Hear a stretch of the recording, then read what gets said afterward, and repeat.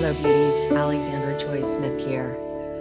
So I have shared with you before, and if you haven't watched the video that I talked about what intuition is as a sacred gift and how our intuition is so unique to our uniquely divinely coded electromagnetic signature, that we actually come in, which does make us oh so special. We're very special in terms of how we land here and what our soul decided in terms of how we're going to code our unique intuitive way. And that has to do with our energy centers and our chakras. So that's really important to kind of anchor that understanding in your system and where you actually landed as an intuitive being. But today I want to talk to you about intuition as the sacred gift that it is, and that one of the things we struggle with as we are in this opening and this time of being the vessels for the sacred feminine to re-enter and to integrate into really our daily lives, not something we're just talking about, but that we are as sacred feminine beings are being the space of sacred feminine and all of the key codes that involves. I want to talk about intuition as something that we struggle with because it's often not invited. I've had a lot come through. I call it divine dropping. People say downloading, I say divine dropping. Around when our intuition isn't invited, it's like an immediate shut off to a part in ourselves that is so key. And then we start doubting. I'm going to say the term self-doubt, all parts of ourselves, because intuition is such a huge part of who we are as sacred feminine beings. And if we're only being invited for part of ourselves, like, the part of ourselves that are really helpful, or the part of ourselves that are really productive, or the part of ourselves that can kick ass in business, or the part of ourselves that are incredibly nurturing and, we're amazing mothers or caregivers, or we're amazing friends.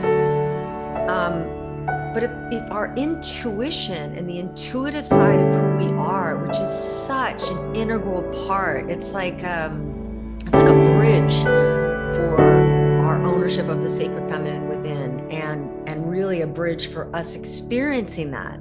So if we have environments in our life that we created, by the way, that are kind of like, oh, I'll just take the helper part of you, or I'll just take the really smart part of you, or I'll just take, the caregiver part of you, or whatever. And we're not allowed, that part's not welcome in those environments or by the people that are in our lives, or in the communities that we have put ourselves in.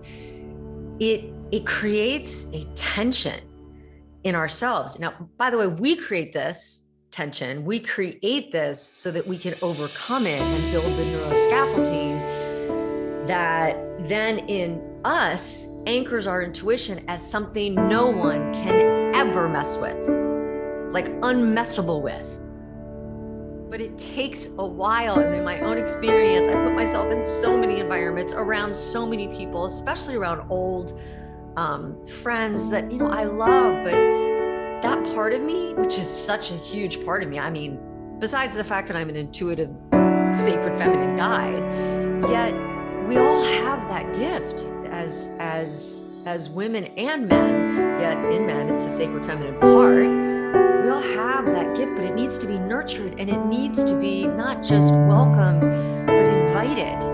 And first, obviously, the welcoming and inviting has to start over here with you and me. The more that I have anchored my intuition as just such an integral part of my woman kindness, my sacred feminine being, the more I'm unwilling to be in, it's not being unwilling to be in friendships, but I'm unwilling to entertain deep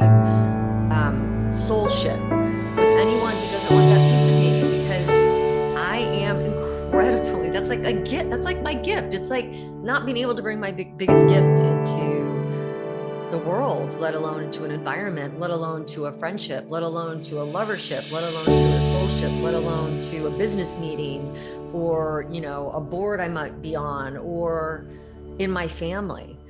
So invitation and choosing to be in environments where your intuitive gift is invited as opposed to like kind of rejected is huge. It's a huge piece of this this ownership and anchoring of our intuition as the sacred gift, and really the bridge to what I call the divine age that it is. So yeah, I just invite you to explore in your life where it's being invited, where it's not being invited, and to start really being attuned to that, because it's powerful. It's powerful once you distinguish this and start really like kind of sifting out for yourself